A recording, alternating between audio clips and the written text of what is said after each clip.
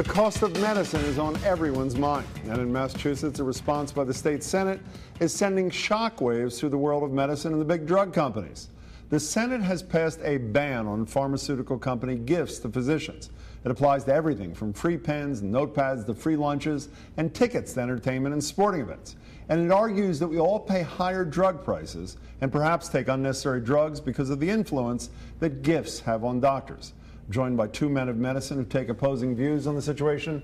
Daniel Carlott is a psychiatrist in practice in Newburyport, Massachusetts. Dr. Tom Stossel is professor in the Department of Medicine at Harvard Medical School. Gentlemen, thank you both for being here. Dr. Stossel, if I can start with you. Senate bans gifts outright, as you saw, first in the nation. Allow drug samples for the use of a doctor's patients. What's wrong with that?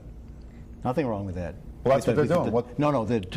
To the samples, to the patients. That's fine. What's wrong with the gift ban? With the gift ban? Well, this for the state to be getting into the business of telling doctors how they associate with providers that help them provide good things for patients is draconian. Should there be any limitation whatsoever, meaning a disclosure limitation like whatever Minnesota $50 limit, any limitation, or just allow a free-flowing relationship? There are limits. There are limits. There are already limits.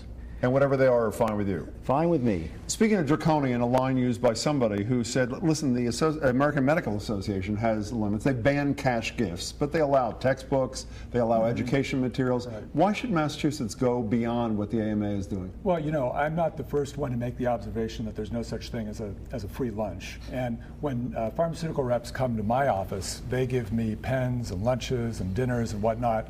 And they do that so that I will prescribe the most expensive drug, their drug. Do you do it? In order to make money for their company.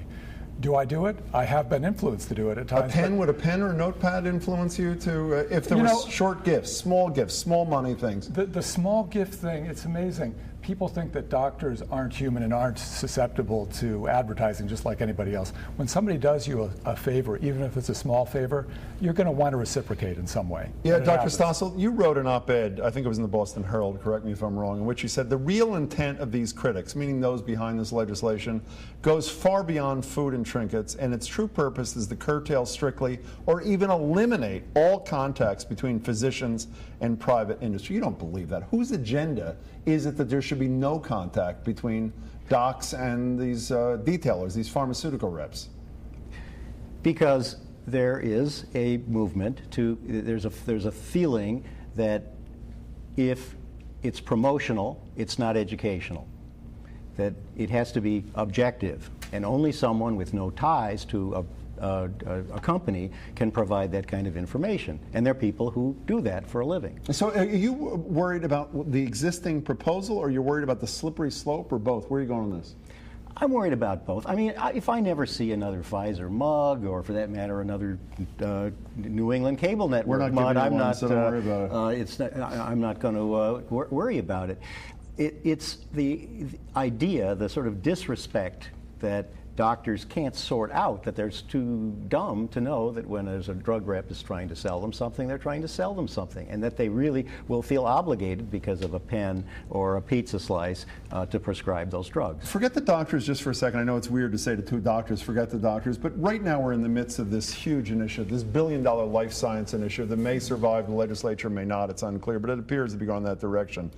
A number of these biopharmaceutical firms have criticized this. I'm sure you've read this GlaxoSmithKline line where they say it's very possible, they've already invested here in a major way. This is a very hostile environment. We may not expand here, that kind of stuff. The head of Eli Lilly was interviewed by one of our reporters the other day. He said this thing is so draconian, to use your word, it may even prohibit in community centers the handing out of Spanish language literature on diabetes. So if the industry is so upset, forget, again, doctors, isn't that a dangerous moment when we're trying to expand jobs and investment in exactly those industries in Massachusetts? Well, you know, truthfully, I think it's a little bit embarrassing, the stance that the drug companies have taken on that.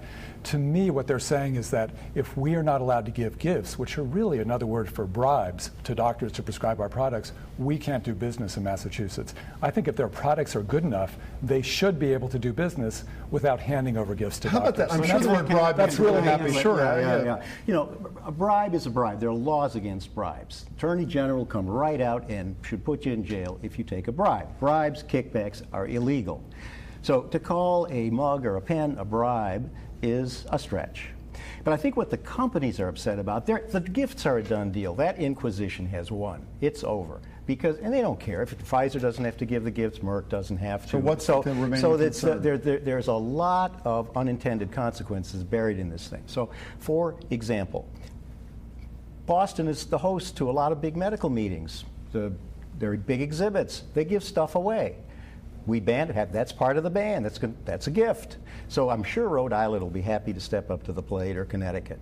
Well, as you know, a number of other states are considering comparable kinds of things. But how about that? Won't be New York. Which sounds but there's relatively. there's another one about the companies, because part of this bill says that every company that provides money, not just gifts, but for research, for anything else, to a physician, has to justify to the Department of Health the scientific basis of that payment. What's wrong with that? Well, you really want small companies that are innovating to spend their time dealing with this kind of thing? What's this Department of Health going to do with that information? Is your view that the only way to deal with this is this outright ban, or something, because there needs to be a hard line standard kind of thing? And are you not concerned about these meetings, those kind of forums that Dr. Stoss is talking about? The meetings will go on. You can have a large medical meeting without giving gifts out, and the doctors will still go to the exhibits, and they'll still presumably get some amount of information. What I'm concerned about is the idea that companies can't give out medical information unless they give out gifts, and that's absurd.